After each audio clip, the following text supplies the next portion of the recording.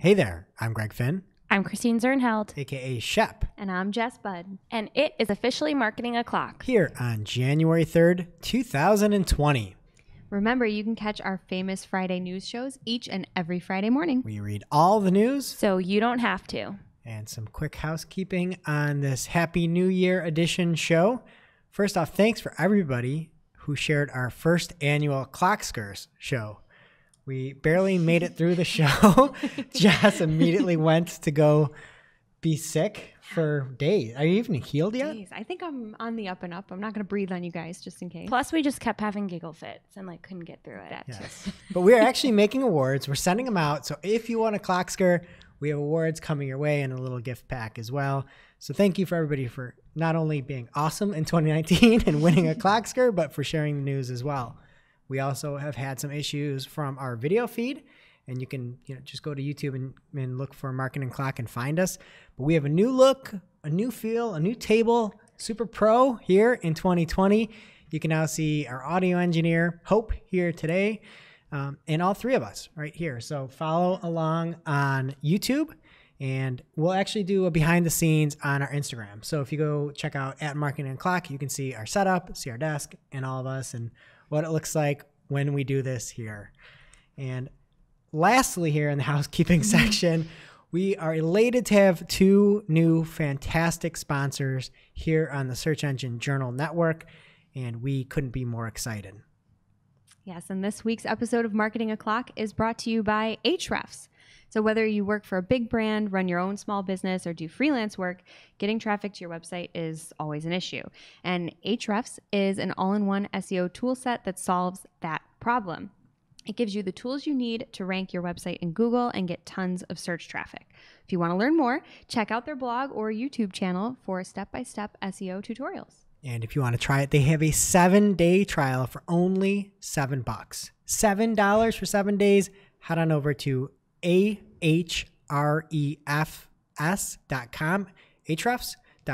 to sign up. And today's show is also sponsored by Optio.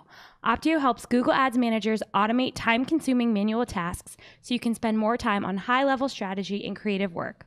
Optimize accounts, monitor performance, track budgets, and get alerts when important changes happen. And Optio is a fantastic tool. Most folks, if you go, get a 30-day free trial, but not listeners of Marketing Clock. You get 6 weeks for free when you go to optio.com/SEJ. That's opteo.com/SEJ. Not just 30 days, 6 full weeks. Wow.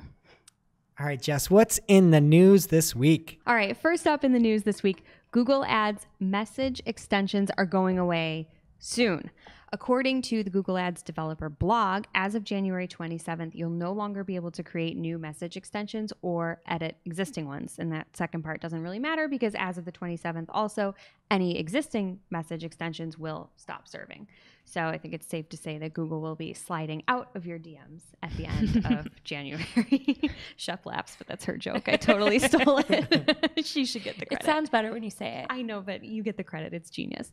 So for folks that are using them, don't worry yet. Performance data will not disappear on you right away. You'll still be able to see the data even after the 27th for your message extensions. Why can't you see it till perpetuity? Well, that's a great question. You would think it would just stay in there, but it's being deleted at the end of 2020. Because a lot of times you'll look back and say year over year, or even look a few years back trying to find some seasonal patterns. And if you actually were getting a lot of messages coming in, that'd be helpful to have, not just wipe it clean heading into 2021. Yeah.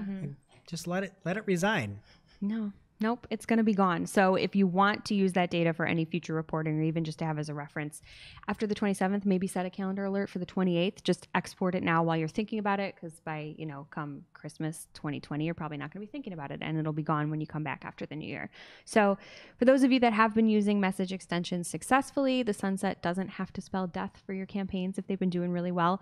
Mark Irvine over at WordStream has some tips for things to test in their stead, assuming that you're not already using them, like call extensions and lead forms. So we've got a link to his article in the show notes as well if you want more insight. But really, just as with any major change, guys, be sure to keep an extra close eye on your campaigns because performance may shift again, especially if these message extensions were doing really well for you. All right, next up, there's an article over on the MIT Technology Review about a Google competitor. Not Bing, not the Clocksker winner DuckDuckGo, or even Wolfram Alpha. It's about Baidu. And the name of the article is Baidu has a new trick for teaching AI the meaning of language. And there was a big test, and Baidu came out with a new model that passed the glue test, something that looks like it will stick. And GLUE is an acronym for General Language Understanding Evaluation. Not everything needs an acronym. That one's good, though. Gee, you don't like this? Just wait, Chef. I know. And it can handle diverse reading comprehension tasks. The full score you can get is 100. The average person scores around 87. And Baidu is the first team to surpass 90 with a new model that it released called ERNIE. It's out of control. And ERNIE is an acronym that stands for Enhanced Representation Through, the T doesn't come in ERNIE, knowledge, but the N is where they took the N from knowledge, integration, and they took the I and the E from integration. So ERNIE stands for Enhanced Representation Through Knowledge Integration. No, it doesn't. Style points. No, I'm sorry. sorry, Baidu. It should be ERTKey or ERTKey. There's no way you can get ERNIE from this. Oh, Bert and Ernie. It's such a stretch. You're looking at me like... You think we didn't know that? No, I know. It's so out of control. This is... I'm going to nominate this for worst name of the year so for annoying. 2020. And we're 1 week in, and this is the winner. How do you pull an N out of knowledge? It's in there. And the I and an E out of And integration? of all words to pull an N out of, it's knowledge. Like, What a disservice. What a disservice to the language. I don't know how you could score 90 with this thing. Anyway, before BERT and now ERTKey, search engines would predict and interpret the meaning of a word by considering only the context that appeared before or after it. So what BERT did, as we've talked about this past year here in 2019, is it considers the context before and after a word all at once. So it makes it bidirectional. That's where the B comes from, which makes sense. It does use a technique called masking, and it'll take 15% of the words and mask it and try to figure out what happens. But ERTKey uses a new version of masking that hides strings of characters rather than just single characters. So it'll take blocks of text and try to figure out what that means. And that's maybe why it's smarter. ERTKey, aka ERNIE, takes these bigger blocks. And if you want to see what this looks like, head over to Technology Review. We have in the show notes, and they look at how a human would see in a sentence, and then how it could be masked if you're using BERT, and how it could be masked if you're using ERTKey. So check that out. Now it's time for this week's Take of the Week. This is a #fire digital marketing take with extra spice served up for you. we simply deliver the take for your consumption. We give no opinions. We don't influence. You make the call. This week's take comes from the queen of spice herself, Pamela Lund, at Pamela_Lund on Twitter. And Pamela tweeted out, "Every time you duplicate a Facebook ad set and accidentally click the Messenger radio button, screwing up all of your ads and generating 50 error messages, a Facebook dev gets a bonus. #PPC chat, #FB ads chat." Those are some shots fired. Yeah, I feel like I heard the mic drop from here. Yeah. Because is this really just an accident that it's so horrible, or are they trying to mess with us and make us spend money we don't want to? That. There should just be somebody that is advertising in the dev team, being like, "What are you doing?" Again, we've got a new segment coming up here called the Don't Do This department, and they need somebody there on the dev team that actually uses the tool. Mm-hmm. Yeah, because that's not the only thing that Or happens. get Pamela on the blower. She'll help out. That's who you need. Anyone, any person, any marketer or advertiser that uses Facebook ads could give you some insight into what's wrong with your tool. Call any of us. All right. Thank you, Pamela. Now it's time for this week's lightning round. Pew, pew. At this point in the show, we split up our content into 3 parts: paid. Organic. And social. This week's paid lightning round is brought to you by Optio. Optio makes managing Google Ads accounts simple and efficient. It automates time-consuming manual tasks so you can spend more time on strategic or creative work. Whether you work in an agency with a large number of accounts or you're a freelancer responsible for a smaller portfolio, Optio can save you time and make life that little bit easier. Shep, how do you use Optio? I use Optio as a tool for monitoring and optimizing my campaigns in Google Ads and getting new perspectives on my accounts. They have insights and recommendations for seemingly everything in your Google Ads account, from keywords and bid adjustments to ad schedules and location targeting. So for example, today they recommended I pause an ad because it wasn't performing as well as another in the ad group. But they didn't just recommend that I pause it. They also said if this ad group needs a new ad to replace the pause one, Optio will automatically create a new ad task, which is really cool. Like, they think of everything. They don't just make blind recommendations. They think of the whole picture. So there's all kinds of little gems in there. It's awesome. Everyone's got to check it out. And to learn more and get a 6-week free trial of Optio, head on over to optio.com/SEJ. That's opteo.com/SEJ. Just like search engine journal. Wow, who would have thought about that? And here's what's happening in the paid universe this week. First, Amazon announced they are simplifying their vendor advertising registration process. Previously, agencies needed vendor codes to register and wait for Amazon's approval before setting up new advertising accounts. These changes do away with both of those requirements. So agencies now only need the approval of the authorized vendor central account holder, so that's their client. And the idea is that these changes will make it easier for agencies to register and advertise on their client's behalf. And I always love stuff like this where we can set it up and do the work for our client, but they own it. Yeah. It's kind of like Prime for agencies. And of course it's brought to you by Amazon. Yeah, that's great. Next, according to a forecast from Publicis Group's Zenith, the internet accounted for half of all U.S. ad spend in 2019. At the beginning of the decade, internet media was responsible for only 15% of ad spend, 1.5. Just a little math check here. The headline from this Ad Age article says that the internet ad spend accounted for half of U.S. ad spend this year, but it's actually 49.6%.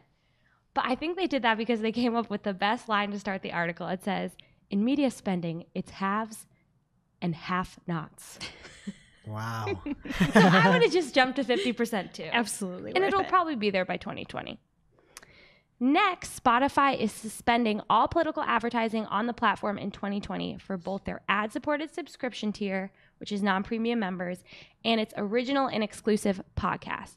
The company will not control political ads for their embedded third-party podcasts. So, Kanye, if you do decide to run in 2020, you can call Marketing O'Clock. We are not a Spotify original podcast. Who would you vote for, Kanye or T Swift? T Swift. Okay. That's not a question. Hope? But we're not getting political on the show. Well, I don't think this is really politics. He said he was running. Oh, my. Running where? Like to the store? I would vote for Kanye West 2020. Okay. All the way. Well, I guess we'll also accept T Swift and Kanye if you run. And it's not every day that we report crime on our show, but I have a true crime story to share today. Oh, my. According to researchers in the Financial Times, fake clicks on online ads are costing companies tens of billions a year. Some of this is due to known issues such as fake traffic to sites from automated bots, but there are also issues with the ad networks themselves. Quote, some criminals have set up racks of smartphones to click on ads from complicit websites or ad networks. They can then claim the commission or referral fees that advertisers pay for each download. That's insane. One of the biggest culprits of this click fraud is app campaigns. And Machine, a company that tracks ad fraud, found that 49% of app downloads that were driven by online ads in 2019 were fraudulent. Whoa. Have you ever seen those pictures of the phone setups where things are just being touched? No. It's crazy. I'll have to find that Twitter and they're in the show bots? notes. Yeah, total bots. It's like a phone farm and everything's plugged in and it's just hitting buttons. That's not what I thought it was. I just thought it was like some big computer that pretended to be a phone. That's wild. I'm guessing that's what smarter people do. But I don't know what I saw. Or actual physical phones, and it's pretty crazy. Your setup better. That sounds fun to watch. So this is super spooky, and we rely on our ad networks for their data and expect them to be transparent. And we just would hope that this wasn't happening, but it's going to be a great documentary when we get to the bottom of it. You know what though? Is it? That's my question. It is. Because I feel like true crime, you'd have like blood and you'd be like the fingerprints. We got the fingerprints. We got this piece of hair. How did the hair get here? Here's like, I got a couple of ones and zeros. You haven't seen Don't F with Cats, have you? No, I have not. It's all about the internet sleuths. Okay, well, It's really good. you sold me. You have to close your eyes a lot though when they hurt the I cats. couldn't Yeah. even watch the trailer for that Netflix. Like I didn't turn Netflix on for Weeks. weeks. Wow. Yeah. Okay. Hulu got a lot of views from me. Justice for the cats. And finally, the California Consumer Privacy Act, or CCPA, went into effect on January 1st, and companies are scrambling to comply with the new regulations. So I'm assuming these companies don't listen to our show because I feel like we've been talking about this for a really long time and nothing else, How dare they? especially here on Team Paid.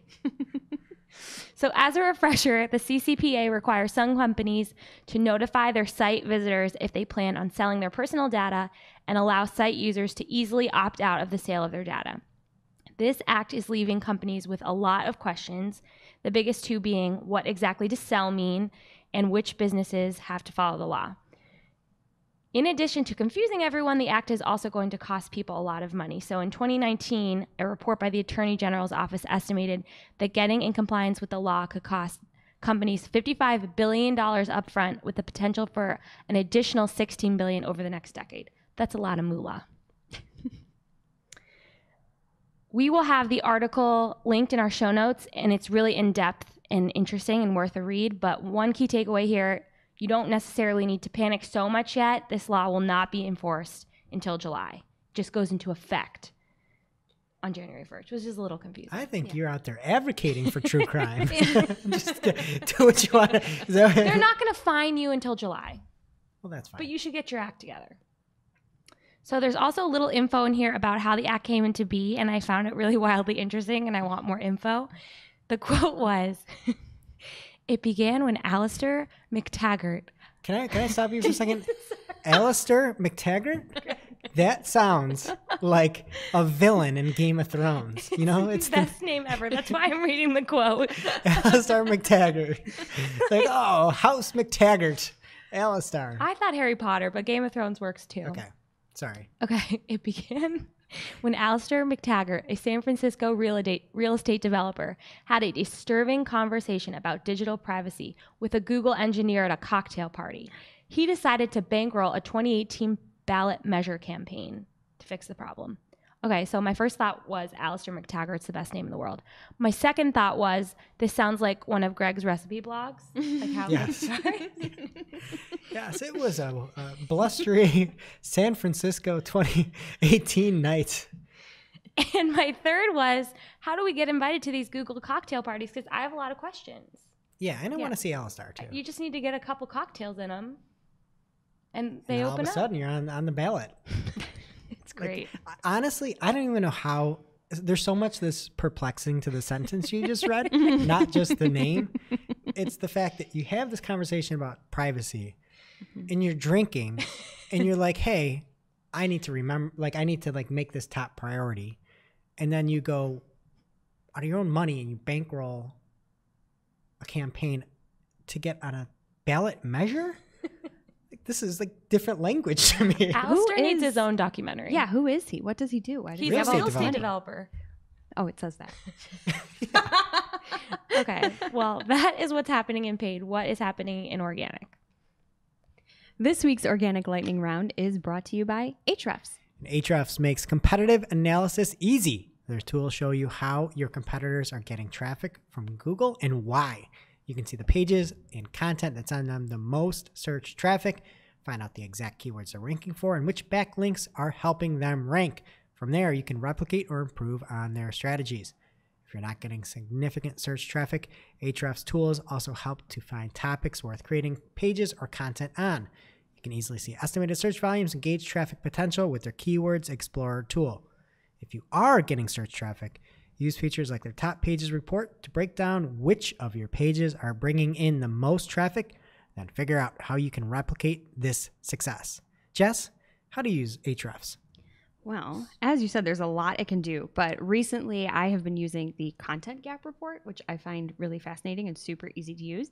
It lets you compare other websites against your own and see what terms they're ranking for that you're not. And it's just as simple as popping in a couple domains that are your competitors and getting that list of terms. So just this week, I checked out the report for a client and I uncovered a few areas of opportunity basically one of our biggest competitors is ranking at the top for some services that we really only have ever touted as part of a larger package, but haven't really put focus on their own. So now we have a great place to start with going after new leads in 2020. So I'm really excited. All thanks to the Content Gap Report. Nice. That's some great gap analysis there. And if you want to test it out for yourself, head on over to ahrefs.com. That is spelled ahrefs.com. And they have a 7-day trial for only $7. Check it out. And here's what's happening in organic this week. First up, we have a Joy Bomb from Joy Hawkins over on the local search forum. And there is a big improvement over the write a review button that used to appear and wrongly prompt business owners to review themselves on Google. And instead of that tool, it now says get more reviews. So you don't review yourself, which wouldn't make sense. You get a pop-up now, which allows you to share a instant review link. You can either copy the link yourself, email it to somebody, tweet it out, or share it on Facebook. That's great. A lot of times I forget how to make that link. And if you can just head over to your GMB listing and click on get more reviews, you can then get that quick link that you can share with folks. And I guess this is the local segment here because next up, the Google Local Pack Choose Area feature is now live. And this comes from Barry Schwartz over on Search Engine Roundtable.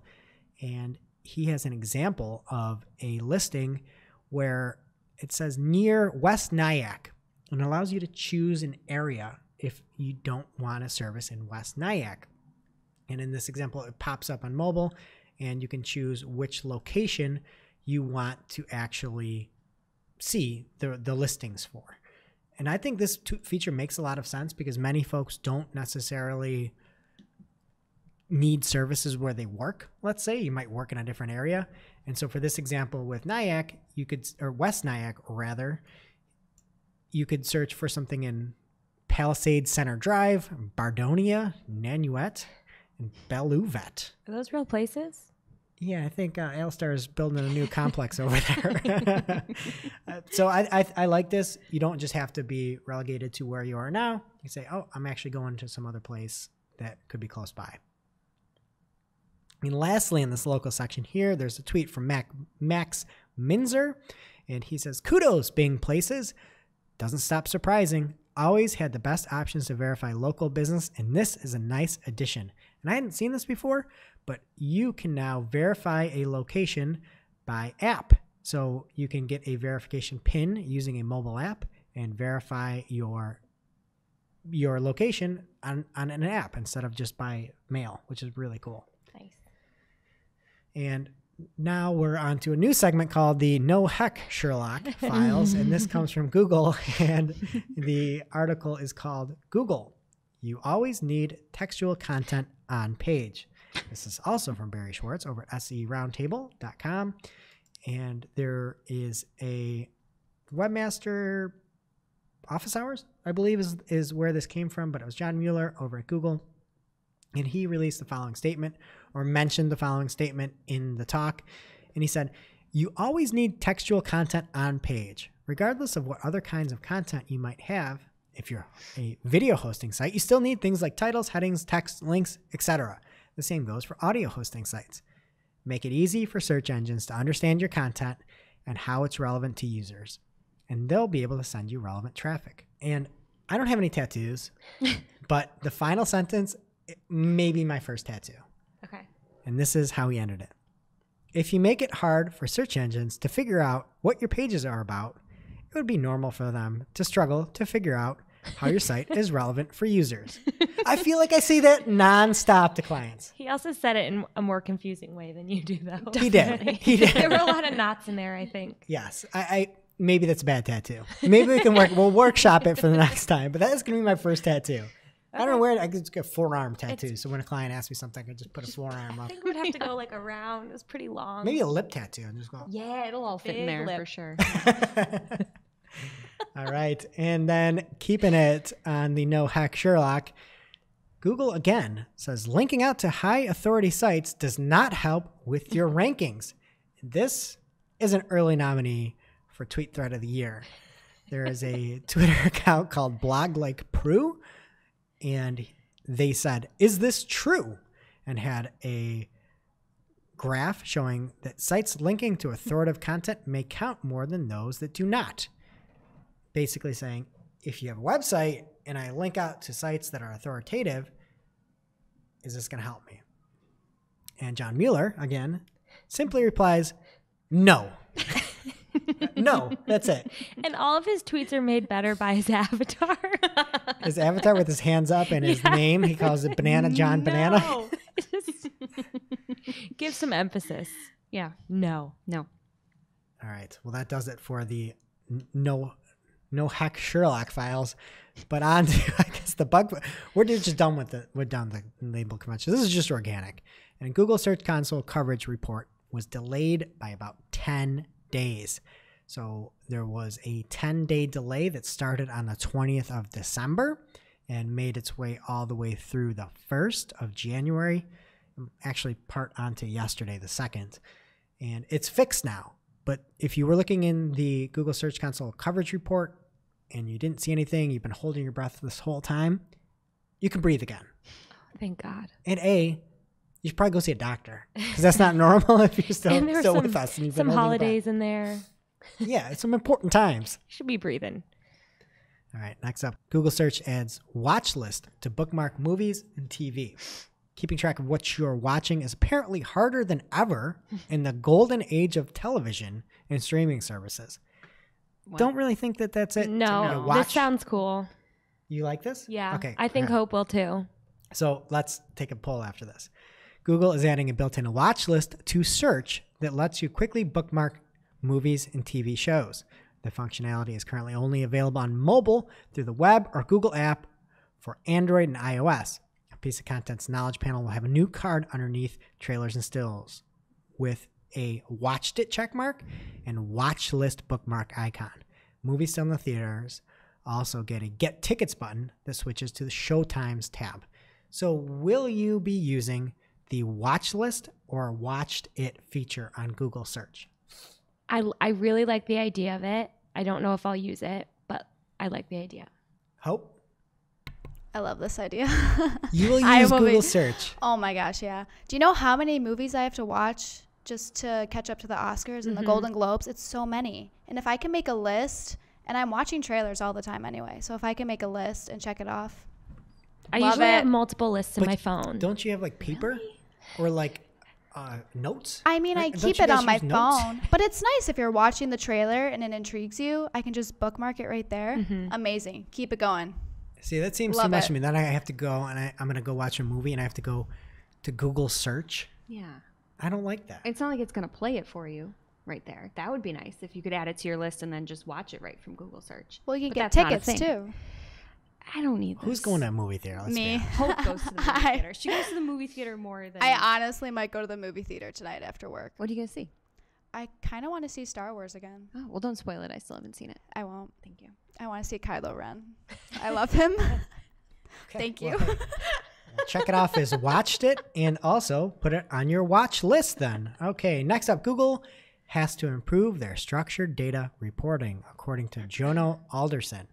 And he has some very valid points if you are very into schema and markup.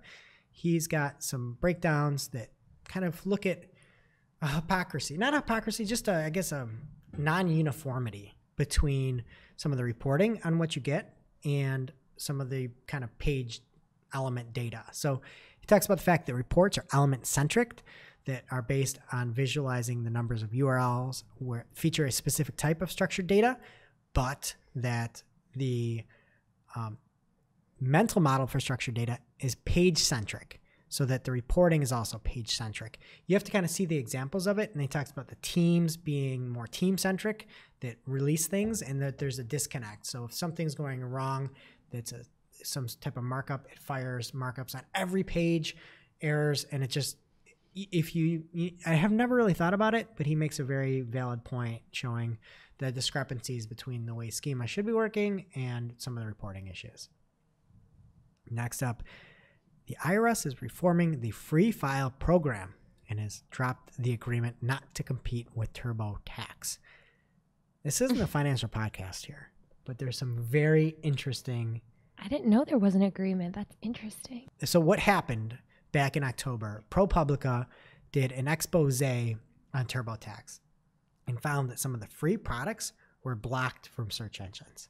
So there was an offering of a free product, a free TurboTax product, but it was very hard to find if you were searching for it on purpose. Because 2 years ago, I know I did it for free, and then last year I couldn't find it for free. Was I a victim? You were a victim. Wow. How does that make you feel, Shep? I'm upset. Well, you shouldn't be a victim. You should know this. You should be able to. They took $40 out of my tax return. Ugh. Rude. How dare they? My state one. So this addendum to the deal is known as Free File, and again, it comes after that ProPublica expose earlier this year.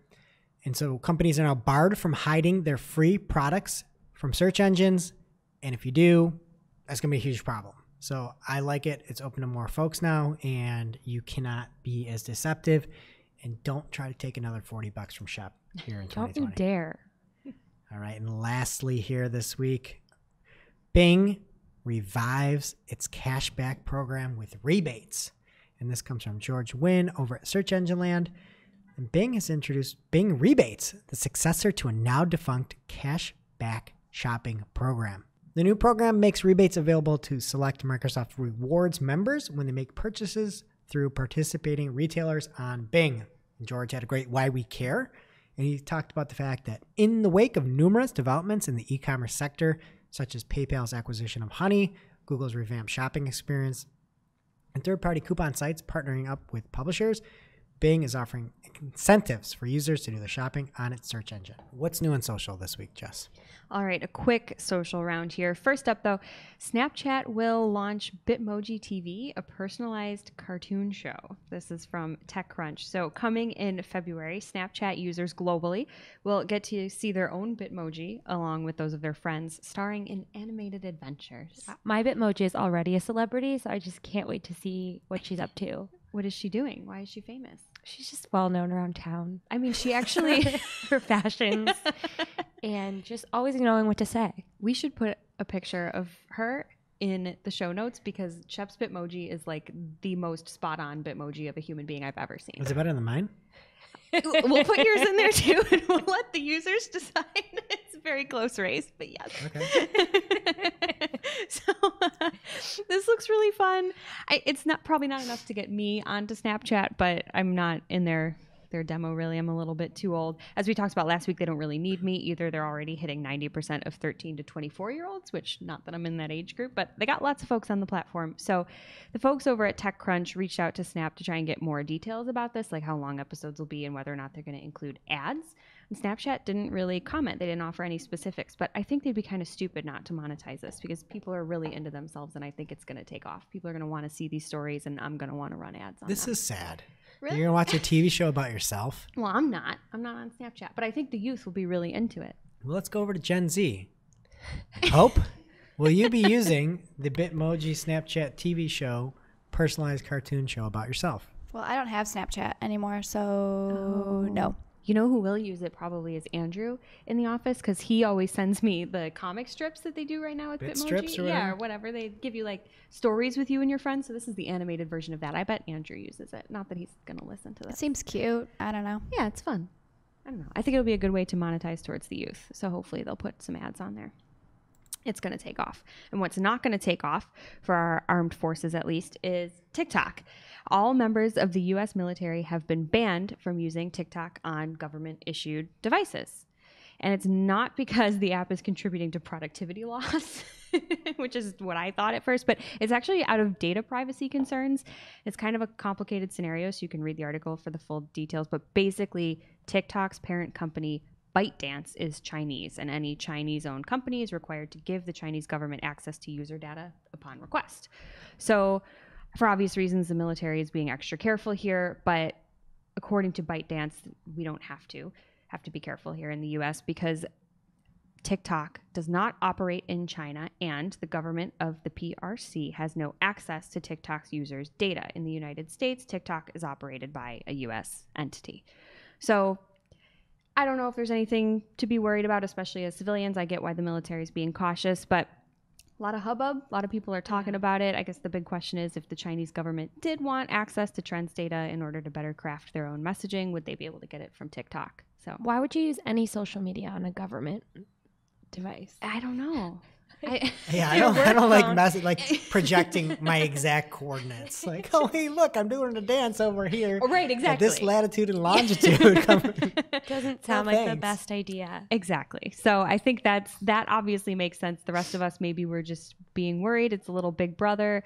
But I mean, I don't know. Do any of us even use TikTok? Nope, Gen Z. Hope, Gen Z. Hope, do the you voice care? of the generation. If China knows what you're watching, those cat and cheese videos or whatever you watch. Throwing cheese anywhere is comedy gold. It's so funny. So do you use TikTok?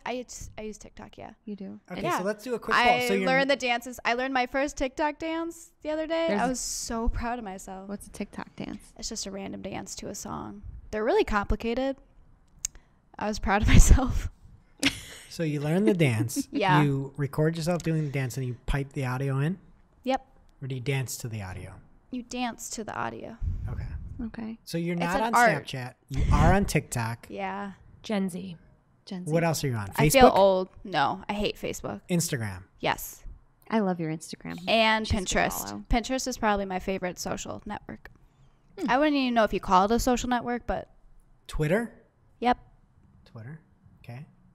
Would you care if the Chinese government knew what you were pinning on No, Pinterest? I feel like everybody's watching me anyway. I just feel like that's the world we live in, so whatever. You heard it from Gen If Z. the Chinese want to check out my TikTok dances, go for it. Fair enough. Okay, and we've got a new segment here this week called the Don't Do It Department. We've talked about setting this up for a while, and it's official. We're going to run an idea past the department and determine if it's a good idea or a bad idea. And this idea comes from Emily Mullen at Emily L. Mullen on Twitter. And she says, looks like Facebook is starting to roll out its new preventative health tool. Important to note that health info you share on social media platforms is not covered by HIPAA, which means Facebook is not obligated by law to protect it. And the image she found says, Emily, see what health checkups are recommended for you. Learn what the leading health organizations recommend for heart health, cancer prevention, and seasonal illness. So we need a verdict here, department. The Don't Do It department, what say you? I say don't do it. This is an awful idea. Sounds like a horrible idea. Made all the better by the fact that it looks like Facebook can give you health advice for women to grow goatees from the look at this picture. Oh my God. It is a odd picture. That's her hair. And I can tell you what the problem is. Oh, I thought it was a goatee. It looks like it at first glance. The person she's checking up, like, I'm not a doctor, but this guy's blue. Check out the show notes. He's blue. He's not getting any oxygen. Yeah, that's not covered by HIPAA. Don't give your health information to Facebook. No. Don't do it. This is a terrible idea. And that brings us to our real life segment, straight out of our accounts and into your ear holes. It's time for Working Hard or Hardly Working, where we talk about what's going on in our IRL work, good, bad, or otherwise. Shep, what's been happening with your accounts lately? So I was loving all of the apps while we were out of the office a little bit the last couple weeks. And one thing I noticed was the Google Ads app doesn't have labels Ew. for your campaigns. And we rely on labels quite heavily. And we had like campaign shutting off at certain holidays and towards the end of the month. And we would have to log in on the computer to do anything with labels, which I found a little frustrating, but still love the apps. All right. For me, I got just a quick pro tip. For anyone with a super long Excel file name that tries to open it, you may see a warning that says that the file has been deleted or moved and cannot be opened. Double check your file name. If it's far too long, just change it, make it shorter, and the file should open, especially if you know it hasn't been moved or deleted because you're sitting there trying to open it. It's probably just your file name. I've run into this a bunch lately, and it keeps happening to me. So just keep your file name short, succinct. Shouldn't have a problem. Nice. And we recently took over an account that was set up by a Google rep had made some recommendations. And I just want to give a warning about maximize click bidding. And this one account had maximize clicks on. And if you there are certain instances where you could do better with maximize clicks if traffic is your only goal, which would be kind of idiotic. But maximize clicks, if you don't have a lot of volume, if it's something that is a very technical term, if you've got a low click-through rate, let's say, can be super expensive. And I heard a bunch of people on Twitter talking about getting campaigns to pop basically and get them moving by going to max clicks and then going to a real kind of bidding model. But just a warning, maximize clicks can take whatever you are paying and there's no cap on it. And there were some instances where it was 5 times what the average CPC was. I'm talking like $100+ per click for things that weren't even, that quite frankly weren't worth anything and just bidding a ton for. So if you're using maximize clicks, you have to be super vigilant. You have to really know what you're doing. It is not really recommended. It's one of those things where it's hard to say you should never use this, but it's such an outlier that you ever can use maximize clicks the right way. Yikes. Probably the first of many max clicks warnings in 2020. Now it's time for this week's WTH, Misguided. I'm like, who does that? Just get rid of it. I'm over it. where we rant, rave, and roll our eyes about a trending digital marketing topic. What are we coming to Honestly. See what had us asking WTH. this week. This week's WTH is an article from the Next Web, and it was penned by Derek Steer, CEO of Mode. Derek is talking about dashboards, and he explains why, in his opinion, businesses have become too reliant on dashboards as a tool for analyzing data. So his main complaints are that they take too long to build, that they present data that isn't necessary, like recurring dashboards that served a one-time decision, that they require analysts to constantly check on them, and that they provide the what and not the why. And he says that dashboards will begin to die in 2020, RIP, and that there will be a push toward using AI and smart alerts. And the name of the article was 2020 will be the year AI kills company dashboards. I doubt it. And he makes some good points that, yeah, you can't just look at a dashboard, but dashboards can be super helpful if you have a brain in your head. And you can be like, oh, this is an anomaly, and not just like go to sleep. Like, what does he think people are doing? And saying something takes too long to build is like not a good argument for anything. Like if you're doing something the right way and you're using it all the time to analyze your data, that's worth your time. Yeah. Time well spent. Yeah, and I'll put it in here, but there was a great article a few years back from Ian Laurie over at Portent at the time, and he talked about progressive dashboards and how if you've got some very basic information at the beginning, you can make these tools that work for a variety of different personas within a company. And it's always stuck out to me, that article specifically. So if you have something like, oh, a dashboard is traffic, and then you can pop through further and say, well, here's a look at our organic traffic, pop through further. Oh, here's social traffic, here's ad traffic. Dashboards can be very helpful.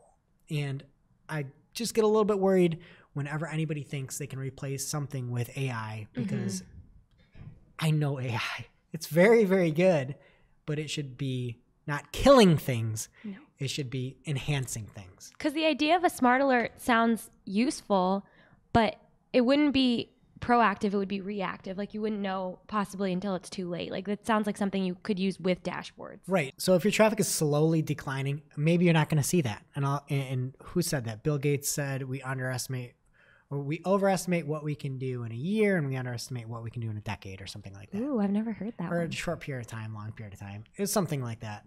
So this maybe could pick up spikes, but if you're just slowly declining, you don't have any dashboards that have been killed, you're not going to see this decline. Like dashboards are helpful. Bad dashboards stink. Yeah. It's like anything. It can be good or bad.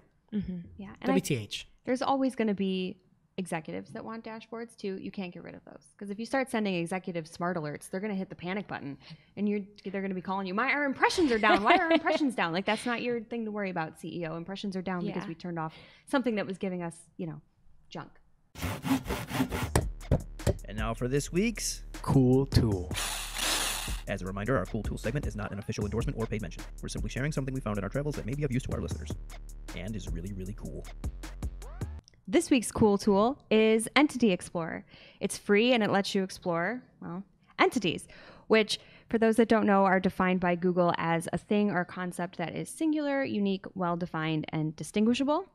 And obviously, these entities don't just exist alone in space. Google uses their relationship to other entities to better determine what they are and then what best results to serve you up in the context of your search query.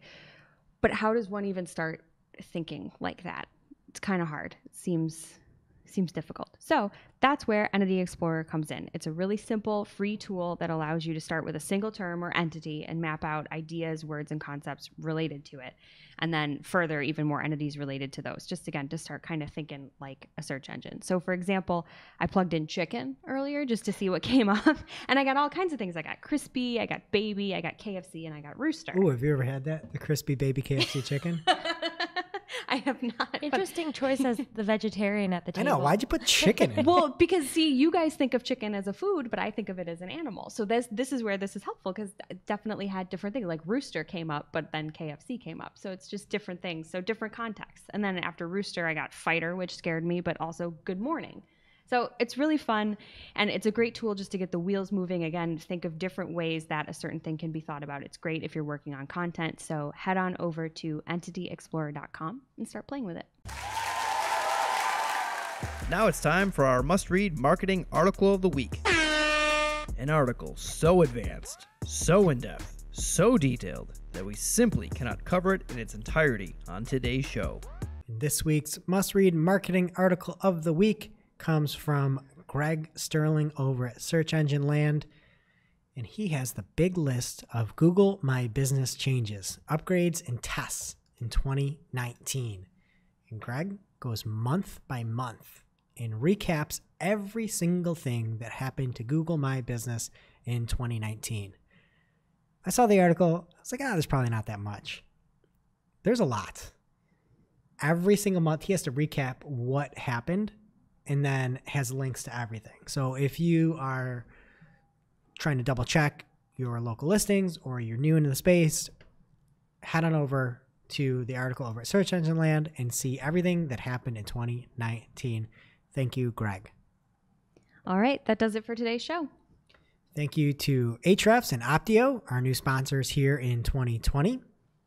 And if you're looking for another great podcast, don't miss this week's episode of the Search Engine Journal Show. And while there wasn't a new episode this week due to the holidays, I pulled out a best of episode 158 with Brent Satoris and the one and only Michelle Robbins, where they talk about where search and SEO are heading in 2020 and beyond.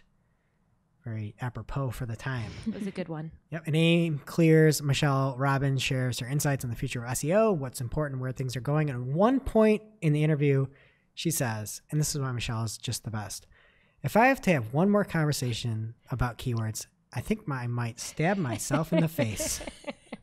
Poor So thing. check that out, episode 158 of the Search Engine Journal Show, where they talk about what could be coming here in 2020.